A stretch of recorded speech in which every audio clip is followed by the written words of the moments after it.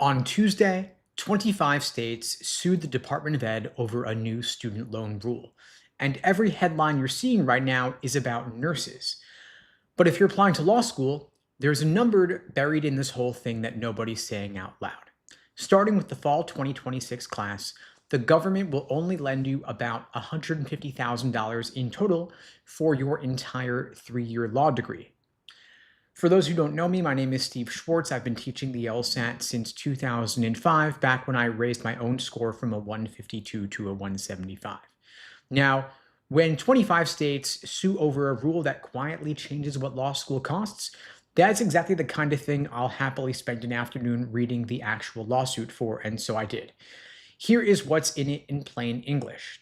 But first, a quick backstory because this gets confusing real fast. There used to be a program called Grad Plus with a pretty simple idea behind it. If you got into law school, the government would lend you whatever it cost, including tuition, rent, food, all of it, no real ceiling.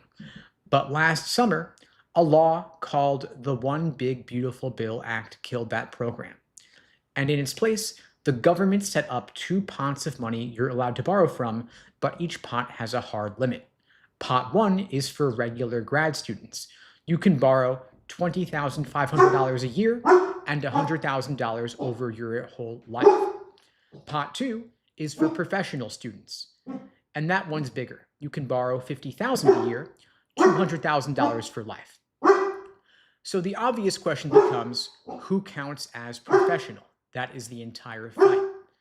The department made a list of programs that get the bigger pot, and law is on it, so you want to hang on to that. The scandal is who got let off. Nursing, physician's assistants. Excuse me, my dog is barking in the background.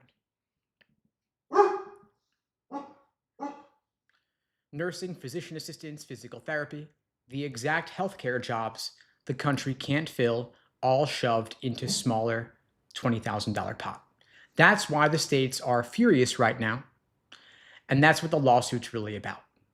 One Democrat and one Republican even teamed up on a separate bill the same day just to put nursing back in the big pot. Now, if you're already in law school or you start before fall 2026, take a breath. There is a grandfather clause here. You keep the old rules for up to 3 years. So my talk today is about those who are applying now, starting fall 2026 and later. That's who actually walks into the new loan situation. So if that's you, I want you to keep watching. Now, if you're pre-law, you can take a breath because 25 states are swinging back on this. Law is on the protected list. The system is fighting for you. You dodged it, you can close the tab. But don't, because there are two problems. The small one is even if the states win everything, all the lawsuit does is move programs between the two pots. Nobody's arguing the pots should go away.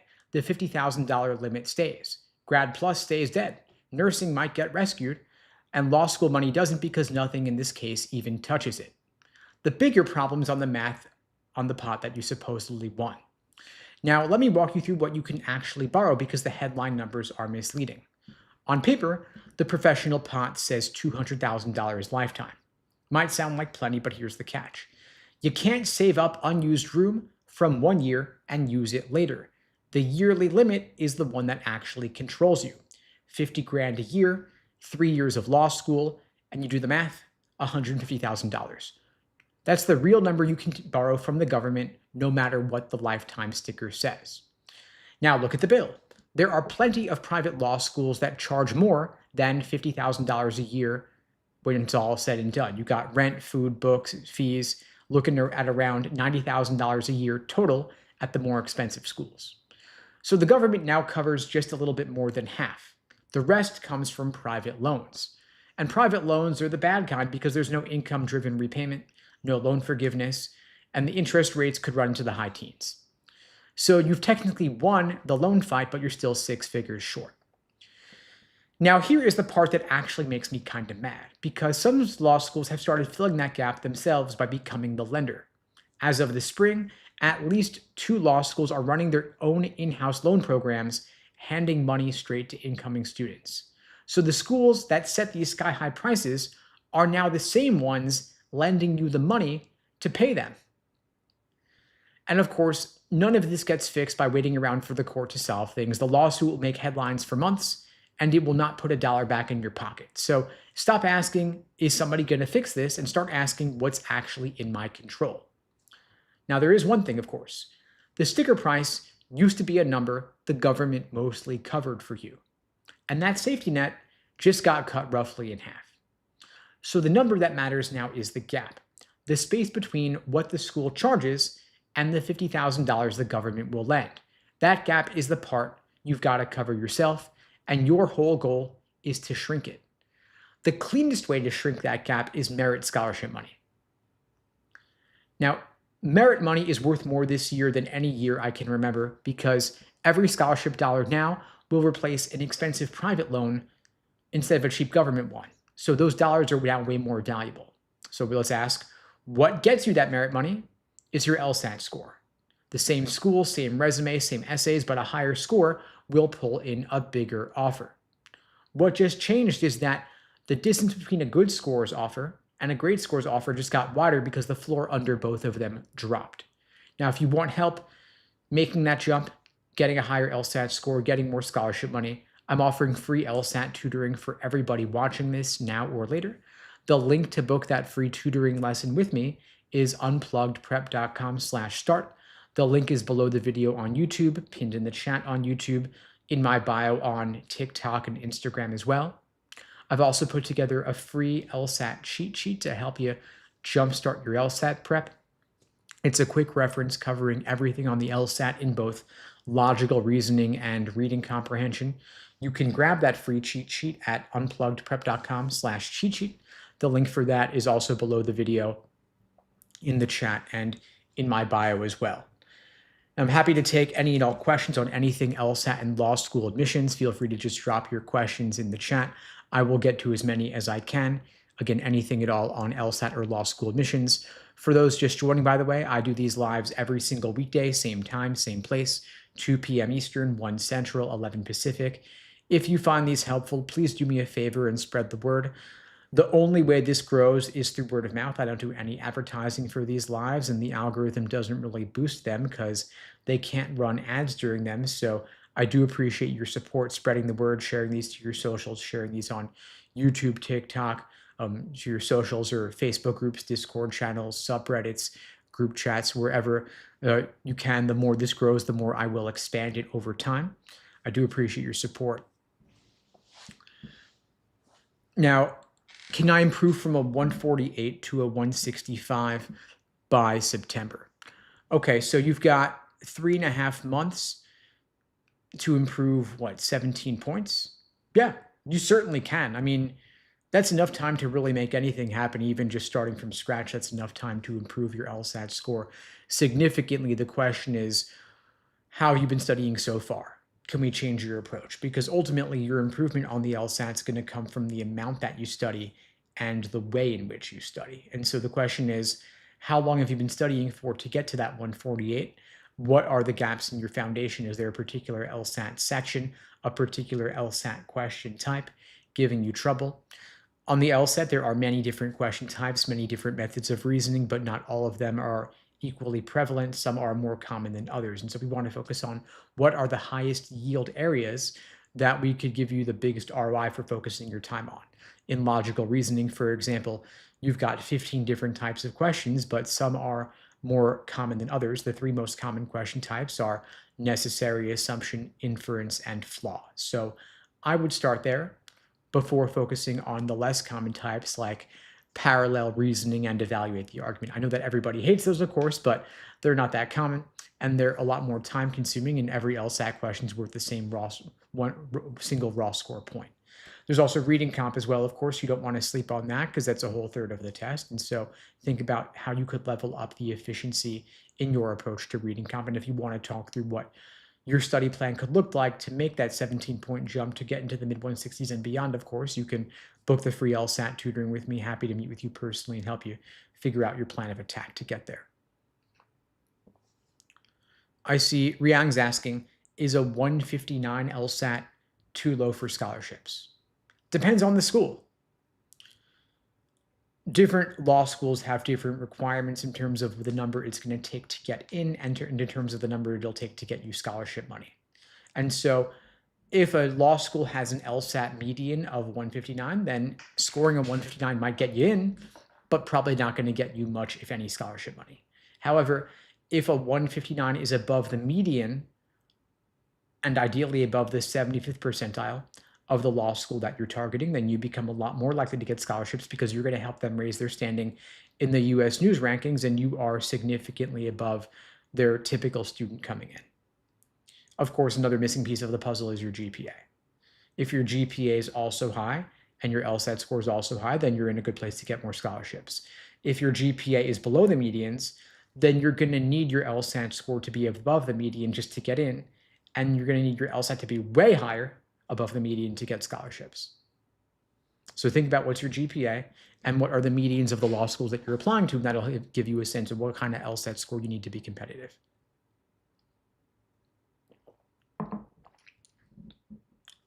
Retrospect is asking, I've got a 158 diagnostic. Do you think I can get to a 173 plus a year from now? I mean, if you're giving yourself a year, you can really make anything happen. I would think that a 15-point increase over the course of a year is very doable. You could probably do it in just a couple of months. The question is, how are you going to study? How many hours are you going to put in per day and per week?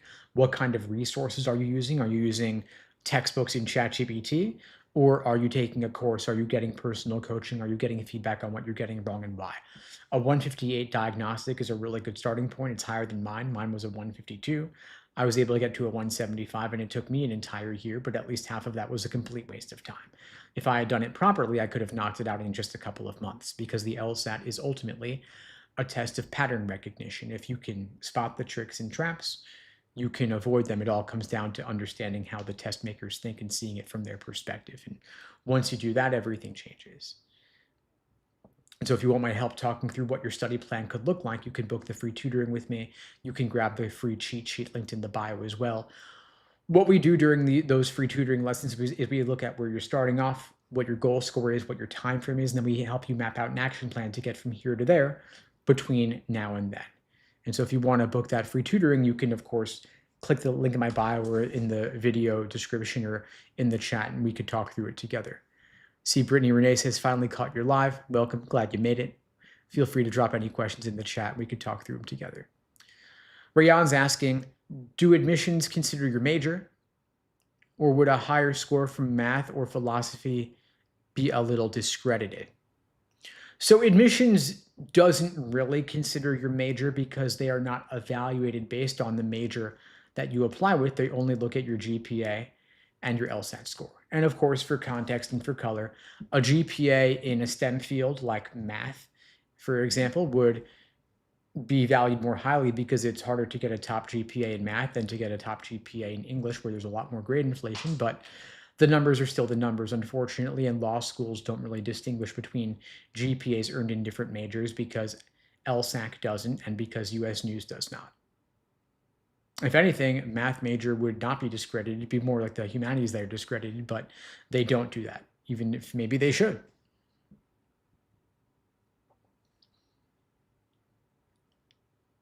Amaranda's asking, how do you recommend to start preparing? I want to make my application in January 2027. So my first question is, why do you want to apply in January? That's a little bit later in the cycle. All else being equal, better to apply earlier than later. When you apply to law school earlier in the cycle, there's more scholarship money available. It's also easier to get in. And we're speaking now in late May. So I would recommend start studying for the LSAT now if you haven't already. Take it in August or September if you can, and then apply ASAP right after you get your score back. I wouldn't wait till January. I don't think that you need to. I would aim to knock it out sooner. So my first thought is, why can't you knock it out in the next 2, 3, 4 months max? The LSAT's offered 8 times a year coming up beyond June, which of course is really soon. We've got the LSATs in August, September, October, November. You've got those 4 attempts in the fall before January. Ideally, you knock it out in August. In 2.5 months from now, scores come back at the end of August, and you apply the second apps open in September. If you needed more time, of course, you could take it, but I would try to knock it out earlier if you can. In terms of how to start studying for the LSAT, you could take a cold diagnostic practice test You can access 4 of them for free on the LSAC Law Hub platform. Then you can get the others with the Law Hub Advantage subscription. And then, of course, we run you through the building a strong foundation in the different sections and the different question types. There's logical reasoning, for example, that's 2/3 of the test. You've got roughly 15 different types of logical reasoning questions, including strength and weaken, flaw, necessary assumption, sufficient assumption, and so on. There's also reading comp to work on. That's a whole third of the test, of course. Then you've got pacing and time management, doing individual sections, and full-length exams to build up your endurance. And there is time to do all of that over the next 3 months or so. Plenty of time to improve significantly and cover it all. I'd recommend putting in at least 10, 15, ideally 20 hours a week if you can. Treat it like a serious part-time job.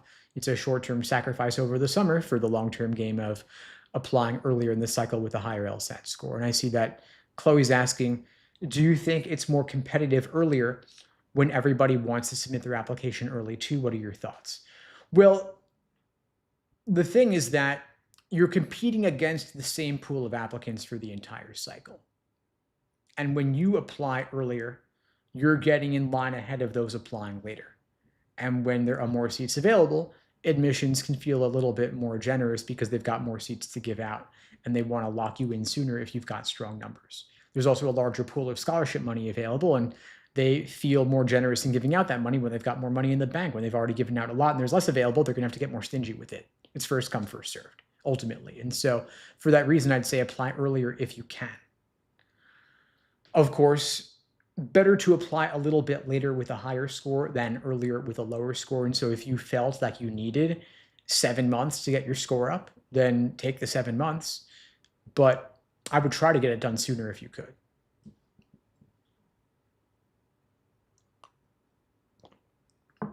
I see Sarah's asking, can you speak about the changes for the August LSAT? So the LSAT is going back to being in person for virtually everybody starting in August. For the past couple of years, you've had the option to take it either remotely or in person. But due to the prevalence of cheating on the LSAT over the past couple of years on the remote version of the test, LSAC has decided that the remote LSAT just isn't working because of all the cheating, and they want to increase the security, and so they can offer it in a more secure environment by returning to in-person only with rare exceptions. And they just announced this week what those exceptions are. If you have medical accommodations that cannot be provided in person, they'll let you take it remotely. If you live more than 3 hours away or more than 180 miles from the nearest in-person center, you can also do it remotely, but those are rare exceptions for most people. They're going to be taking it in person at a parametric testing center. LSAC is also changing up the user interface for the LSAT starting with August, and they just released the demo version this week with some updates. They also rolled out those updates to all practice tests on their Law Hub platform so that you can see them there. And that's yet another reason why I recommend taking your practice tests on Law Hub directly rather than out of books or out of some unofficial third-party platform. One reason that student scores often drop between the practice and the actual is because they have not properly simulated test day conditions, and that includes being familiar with the interface, the software, the functionalities, the highlighting, the underlining, the elimination tools and such. So use Law Hub for those. CA974 says, about to graduate from U Chicago. Thanks for what you do. Your advice has always been great. Awesome. Appreciate it. Congrats on your upcoming graduation. Scanning through for other questions here. Welcome Down is asking, is the LSAT the most important factor in getting into top 10 law schools? It's the most important factor in getting into any law school. Virtually every single law school treats your LSAT score more heavily than any other factor, even including your undergraduate GPA. The process is largely numbers driven. You can see this in the rising medians. You can see this in the user input data on sites like lsd.law. Admissions and scholarships are a function of your LSAT score and your GPA. And the thing is that by the time you're coming around to studying for the LSAT, your GPA is typically largely a done deal or entirely a done deal, meaning there's not really much, if any, room to improve your GPA, but your LSAT score, which weighs more heavily than all of undergrad combined, you can raise that up by retaking the LSAT and sitting down for 2.5 hours for another take. The LSAT's offered 8 times a year. Used to be only 4 times a year, but they've since increased it to every other month or so. Coming up beyond June, we've got August, September, October, November, January, February, then April. That's the kind of the calendar they've ultimately settled on. And so you've always got another LSAT coming up just another month or two, and that's one of the factors leading to LSAT score inflation, the fact that retaking has become more common. Another big factor is the removal of logic games, increasing scores, because with less material to study, you can narrow your focus on just logical reasoning and reading comp, and any gains you make in your understanding of logical reasoning are doubled across the 2 sections. Additionally, you've got the rise in LSAT accommodations. LSAT has become a lot more liberal in granting those accommodations, and so with more people getting extra time, scores are rising as well. And so even if, to Braden's question here, even if there's a return to in-person, the new user interface might be worse, frankly speaking, there are enough countervailing forces that I think LSAT score inflation will continue, and the upcoming changes will not really deflate scores much if at all.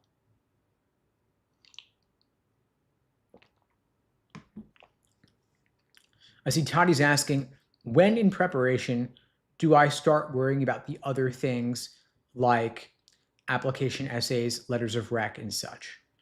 So application essays, I wouldn't worry about for now. I'd focus on your LSAT prep. I wouldn't worry about the resume formatting yet either. The one thing I would do early, though, is requesting letters of rec, because that's the one factor where you are relying on somebody else to do something for you.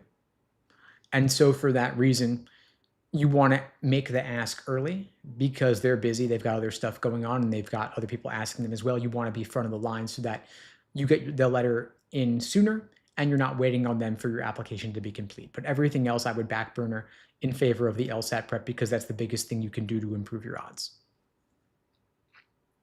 Ms. Fields is asking, when should you start studying for the LSAT? I would start now if you're ready. If you know you want to do this, especially if you're applying to law school this upcoming cycle. The best time was yesterday. Second best time is today. The people who get top scores typically give it more time than average, more time rather than less time. And so if you know you want to do this and you're already here, let's get you started. Now, it depends if you want to apply this fall. I would pick a test date, think about what kind of LSAT score you need to get into your dream law school, and then work backwards from that, but I would start now. Sarah's asking, are you open to DMs for questions? I may have a few and would love to connect. So I find that what's more impactful than answering a DM in the very limited time I have for DM answering is to just get on a live call. So for those who are just joining, I'm actually offering free LSAT tutoring for everybody watching this now and later. The link to book that free tutoring with me is unpluggedprep.com/start. The link is below the video on YouTube, pinned in the chat on YouTube, in my bio on TikTok and IG. I find that interactive dialogue is oftentimes more beneficial for everybody involved, just to help you get a deeper understanding. A lot of times the tone of voice, the body language reveals more about whether you get it or not than what I could gather out of a quick DM typed on a phone. And so if you want to talk through that, again, the link is unpluggedprep.com/start to book the free tutoring with me. I've also put together a free LSAT cheat sheet to help you jumpstart your LSAT prep. You can grab that at unpluggedprep.com/cheat sheet. It's a quick reference on everything logical reasoning and reading comprehension, covering the different sections, the different question types. So you can grab your copy of that free cheat sheet through the link in my bio, through the link in the chat, pinned in the chat as well. I tried to make it a pretty in-depth reference. It's not just one page. I couldn't fit it all into one page, although earlier versions were. I felt like I wanted to go deeper. And so I put together this free download for you if you want to grab that. Scanning through for other questions here. Let's see what else is coming in. VHS says, got a 1560 on the SAT. How would I do on the LSAT? I'll say this. I mean, they're different exams. So one is not necessarily predictive of the other. At the same time, though, people who tend to do well on one exam tend to do well on another exam as well. All exams are correlated in some way. So the question becomes, if you didn't achieve your goal score on the SAT or the ACT, then the question is, what will you do differently when studying for the LSAT to learn the lessons of the past so that you don't repeat them? The LSAT is testing something different. It's not testing any math, of course. It's not really testing your writing, of course. It's testing your ability to interpret and evaluate arguments, first and foremost, to get the main point, to manipulate arguments, to strengthen or weaken them, for example. And so don't rest on your laurels if you did well on the SAT. If you did poorly on the SAT, don't think it's destiny. I would say just take a practice test. Wash your hands of the past, look forward, think about how can I understand the material in front of me right now? And if I don't get it right now, what can I do to change my situation? I mean, the good news is that there are dozens and dozens of released official practice tests that were actually previously administered. You've got about 8,000 practice questions available to you on the LSAC Law Hub platform. And if you understood even 10% of those, you'd be ready for whatever the LSAT people would throw your way on test day. And so you want to make an action plan for yourself to learn the different sections and learn the different question types. But don't just drill questions and don't just take full exams, because test day is not a drill. It's not enough to get the questions right. You got to get them right under test day conditions, considering pacing and time management and endurance.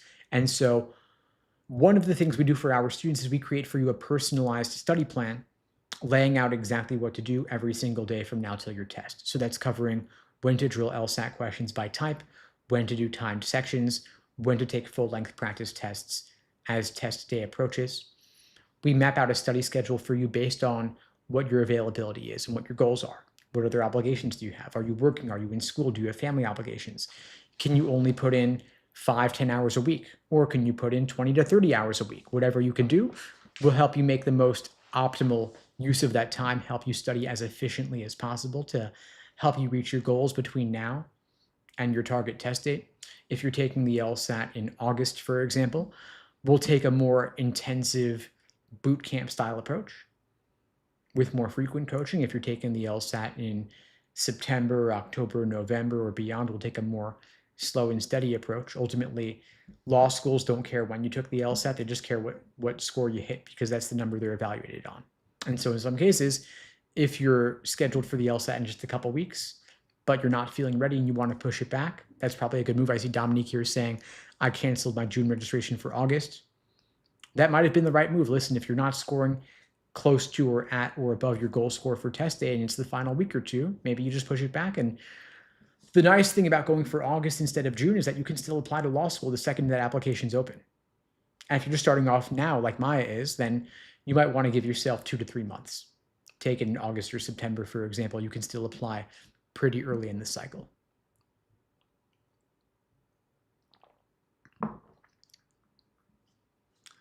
I see Jesus is asking, what ideal score should I shoot for if I'm looking to attend Harvard? So the LSAT medians of the top 14 law schools range from 170 to 174. I think Harvard's around 174 or so. And so you ideally want to be at or above their medians to maximize your likelihood of getting in. Also consider that their GPA medians for the T14 range from 392 to 399.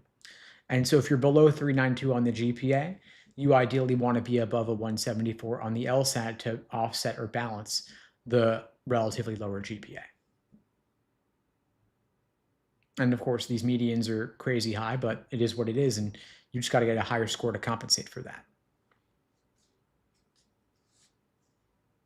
See, Brian says, went to Princeton class of 2002, got accepted with a 169 LSAT. I'm not sure if that's a joke because Princeton doesn't have a law school. Not sure if you're just trolling us or making things up, or if you're talking about law school, but for some reason referencing your undergrad in the same comment, which doesn't make a whole lot of sense. If anyone tells you they went to Princeton Law School, don't believe them because it doesn't exist. Yeah, he says, just checking. Okay, gotcha, cool. All right, let's see what else have we got here. ZXC is asking, is that possible for an international student to take the LSAT? Yeah, it is actually. So you could take the LSAT anywhere in the world. If you live more than 3 hours or 180 miles from a testing center, you can take it remotely from your own computer, from home. Or if you live in a major city where there is a testing center, then you'll take it in person. You can, for example, I would imagine that Prometric has testing centers in most major cities around the world, including, Hong Kong, Beijing, Tokyo, London, Paris, and so on. Your secret friend says, I'm a late junior in college, haven't started studying for the LSAT yet, got a 3.4 GPA. Do you suggest I start studying for the LSAT now or focus on the GPA for now? Get that GPA up. Honestly speaking, just get your GPA up, because a 3.4 is on the lower side just because grade inflation is crazy. So in other words, like I mentioned earlier, the top 14 law schools have GPA medians of 392 to 399. Of course, there are some great schools with relatively lower GPAs, but even the top 20, top 30 all have super high GPA medians. And so if you want to go to a good law school, you want to get big scholarship money, you want to get that GPA up. The LSAT's not going anywhere. Maintain an upward trajectory, get your GPA higher for the remainder of college, and then maybe start studying for the LSAT in 6 months to a year, depending on whether you want to go straight to law school from undergrad or not.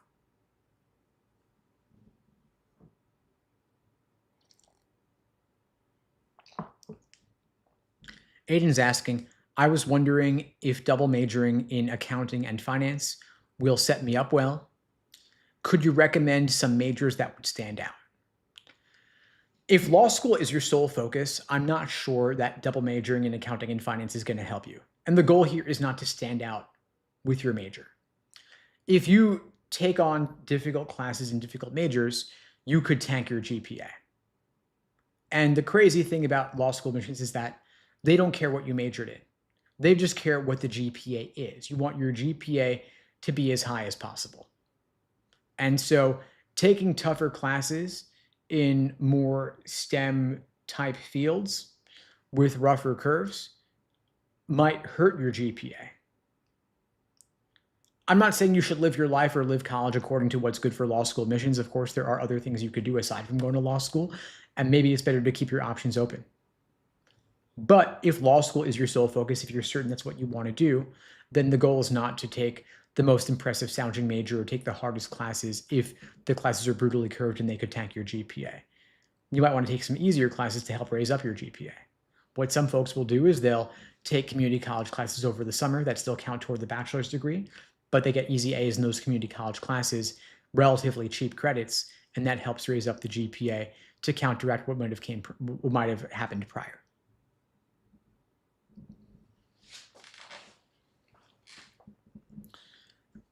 Hector says, if my GPA is like a 3.67, but I had a good LSAT score, like a 174, not sure, you're just trying to get me to say 6.7 there, would that help me get into a T14? Okay, so if your GPA is on the lower side, would getting a higher LSAT score help? Yes, definitely, no question.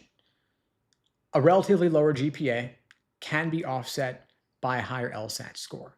And so when your GPA is below the 3.67 range, for example, then you want to have the higher LSAT score for sure, but given that a lot of GPA medians are 3.8 to 3.9. And in fact, of course, why wouldn't you always want to have a 174 plus LSAT, right? Back to the remote question here. ZXC is asking, why they permit candidates to complete the test online when cheating is still possible? That's a very good question. That's one I've been asking myself many times over the past several months. If they know the remote LSAT is vulnerable to cheating, then why not just make people commute to take it in person, even if they live far? Why allow any exceptions to in person if they know the online remote format is vulnerable? It's a very good question. I've been making videos about that for months, and LSAC is going to do what they're going to do. But I will say to their credit that they have changed up their software. They've changed the user interface to make it less vulnerable to cheating across the board, which is a good thing. The bad part is that the new user interface is frankly terrible in a lot of ways. And I've talked about that at length over the past week or so, multiple times since they announced some of the latest changes to the user interface. If you want to see what I had to say about that, you can go to the live tab on my YouTube channel, linked in my bio, and you'll see the videos I made this week about that. And so if you're taking the LSAT in August or beyond and you will be dealing with the new user interface, then you want to get ready for it and be prepared for what the functionality is going to be like. Mugisha is asking, if I got an LSAT score of 170 and happened to go to Harvard, can I get a full funded scholarship? I love the phrasing here, like, if I just happened to go to Harvard. Yes, well, if you got into Harvard, could you get a full scholarship with a LSAT score of 170? Unfortunately, that would not guarantee you a scholarship, in part because Harvard's LSAT median is closer to 173, 174. So a 170 LSAT is actually below their median. The other issue is that Harvard does not give out merit aid. Neither does Yale, by the way. So in other words, while most law schools do give out merit scholarships based on the strength of your numbers, a couple of them don't, including Harvard and Yale. If you can demonstrate financial need, they might give you scholarship money. Basically, if you can show documentation that you have low funding, you have low income, then maybe they would give you scholarship money on that basis, but not on the basis of your numbers. But most law schools will. And no one just happens to go to Harvard, by the way. It's a function of having really good LSAT score, really good GPA in the vast majority of cases.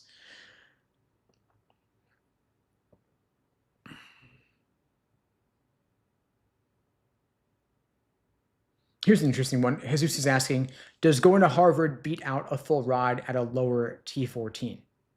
That's a fair question. Depends what you want to do with your law degree. If you want to go a route with your career that is really prestige focused, then in some cases it could make sense to go to the best ranked law school that you possibly can, regardless of what it costs you. But if you're saying Harvard versus a lower T14, it's like, well, maybe a school ranked 10 or 12 is still good enough for my purposes if it can save me $200,000. And in that case, I take the lower ranked school for free versus sticker at a higher ranked school. And there's, of course, the Ruby Scholarship, for example, where you get a full ride at a higher ranked school, like a T6. So my thought would be, first, let's get you the offers, and then we'll make these wonderful decisions based where no outcome is bad. Consider, again, like what you want to do. If you want to go into big law, if you want to go into academia, if you want to do a clerkship versus something else that's less prestige focused. And look at the outcomes that the ABA publishes regarding employment. They will actually break down for you what percentage of a given class goes into big law versus other outcomes.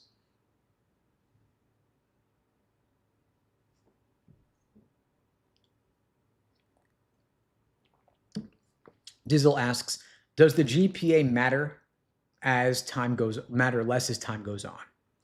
I guess if you're asking like the farther out you are from undergrad, like if you graduated like this year versus if you graduated 10 years ago.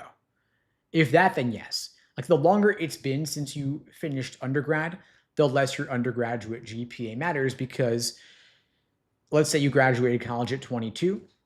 Who you were at 22 is not who you are at 42. And so if you're applying to law school 20 years later, they're going to take your GPA from 20 years ago with a big grain of salt, and they'll place more emphasis on your LSAT score, which you earned more recently, which could be a good thing in some cases. I mean, I've spoken with a lot of non-traditional older applicants who are saying to themselves, well, who I was back then is not who I am today. I've grown, I've matured, I've changed, I've done more things since then that are a more solid indication, a more representative indication of who I am today. And so I want to be judged by that. And so the good news is that, yes, they will consider your work experience, your resume, your rec letters. But of course, since the process is numbers driven, the LSAT score is really the most impactful thing they could be looking at, the most recent metric they can use to evaluate you.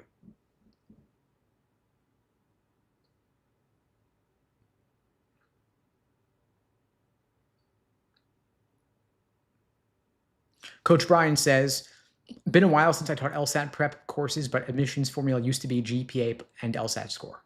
Yeah, it still is actually, Brian. Yeah, you're right. So you can actually see this in the LSAC website. If you just Google a given LSAT score and GPA, or if you Google X Law School Admissions Index, you will see the formula they use where it's LSAT and GPA combined, mixed together to determine your chances, for lack of a better word. Of course, soft factors do exist. The application essays, the rec letters, the resume, those all play a role, but the process is largely numbers driven.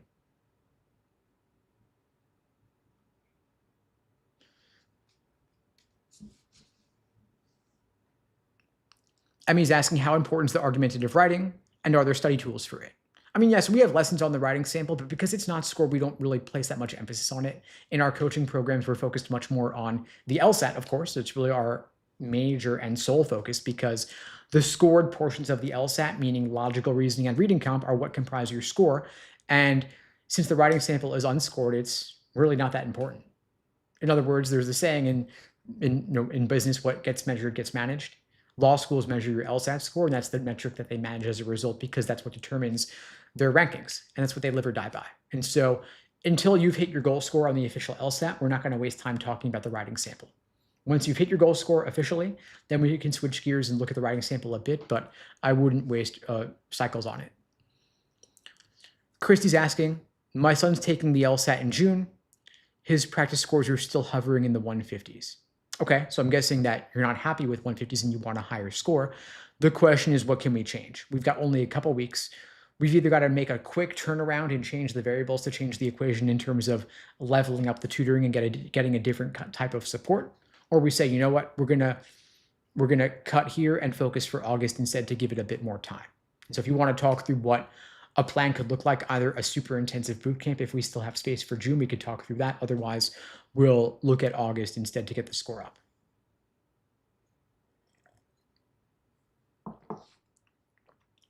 ZXC says, I've seen software that can integrate AI APIs into apps and admissions programs while avoiding suspicious traffic detection. Wouldn't the existence of such tools make the admissions process less trustworthy? Can you please clarify for me? I'm not sure I fully understand this. What programs are you talking about? Integrating AI APIs into admissions programs. When you say integrating, like into like admissions offices or like into study tools, not totally sure what you mean there. Yeah, feel free to leave a follow-up on that or email me. I'm curious to know more. You've definitely piqued my interest, but I'm not sure I fully get what you're getting at there.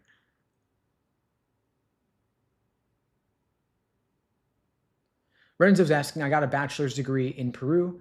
Do you have any idea, is it possible to take the LSAT? Yeah, so I mean, you could take the LSAT anywhere in the world.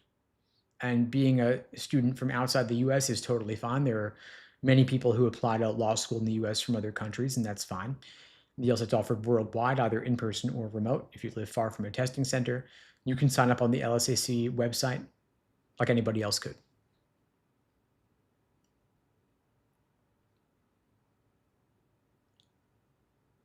Scanning through for whatever else I may have missed here. Noah asks, if I'm taking a gap year, is a 172 a relatively safe score for a top 25 law school and a shot at a T14 with LSAT inflation going crazy?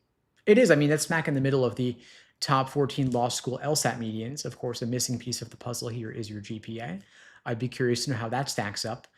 But the LSAT, on the LSAT side of things, you're within reasonable spitting distance. We just got to look at what your GPA is and then think about, okay, well, blanket the T14, shoot your shot. Okay, you've got a 417 GPA from UCLA. Yeah, that's certainly strong, of course. It's above the medians, and that just, you talk about grade inflation, right? It's great, though. Congrats on that. You've definitely got a great shot getting into a lot of the T14. And for those who are asking about reaching out to me for more, you can book a free tutoring lesson with me if you want. I see Carrington's asking, Renzo's asking. Book the free tutoring lesson with me. That's a good next step if you want to talk further. You can book that free tutoring with me at unpluggedprep.com/start. The link is below the video on YouTube, pinned in the chat on YouTube, in my bio on TikTok and IG as well. During those tutoring lessons, we look at where you're currently at, what your goal score is, what your time frame is, and then we map out an action plan to get you from here to there between now and your target test date. Unfortunately, I find that I'm not really able to be as responsive on DMs or texting as I would like to. I find that I'm able to communicate better on live calls and lives like this and teaching classes and such. And so if you want to get some more in-depth personalized feedback on your approach and find more efficient methods, the best way to do that is to get on a live call with me by booking the free tutoring. If you want some more support in the meantime, though, if you're not quite ready to get on a call yet, that's okay too. You could get the free LSAT cheat sheet. You can download that. It's the exact playbook I used to hit a 175. You can grab that at unpluggedprep.com/cheat sheet. The link for that is below the video, pinned in the chat in my bio on TikTok and IG as well. I see Lulu's asking, where should I start? Should I start drilling or focus on the fundamentals? Fundamentals first. I mean, otherwise, you're just drilling questions and getting them wrong because you haven't yet learned the proper approach. So build the foundation first. Maybe I should back up a little bit. The framework that we use for our LSAT study plans that we create for our students is based on the LASER approach to LSAT prep. LASER is a framework that I developed. It stands for Learning, Accuracy, Sections, Exams, and Review. Learning is building that foundation, learning the different LSAT sections and the different LSAT question types. In logical reasoning, you've got a bunch of different types, and you've also got reading comp to work on. Then beyond learning phase, you have accuracy, and that's where you drill questions by type to better understand the proper perspective from which to view each section and each question type. Then you have S for individual sections, working on pacing and time management. Then you have E for exams and endurance, taking full-length timed practice tests to build up your stamina. And finally, R for review, using the Socratic review method. But you always want to build the foundation first because the LSAT is kind of like a foreign language. And when students get low cold diagnostic scores, they get discouraged, but you shouldn't really, because the low score on your diagnostic just tells you that you have not yet learned the language of the LSAT, but of course you can over time. That's what we help you do in our coaching programs. And you want to map out an action plan, a study plan to get you from your starting point up to your goal score by your target test date. And so we map out a study plan for you, a schedule, laying out exactly what to do every single day, when to drill questions by type, when to do individual timed sections, when to take full-length timed practice tests between now and your target test date, building that foundation first, starting with the fundamentals all the way through to full-length exams, so that test day itself will ideally feel like just another run-through and you've done it all before. And if you want to talk through what your study plan could look like, you could book the free tutoring with me. If you're just joining, again, I do these lives every single weekday, same time, same place, 2 p.m. Eastern, 1 Central, 11 Pacific. I'll be back on Tuesday, off for Memorial Day, but wish you all a great long weekend. I'll see you on Tuesday. In the meantime, all the best. Take care. Thanks for joining.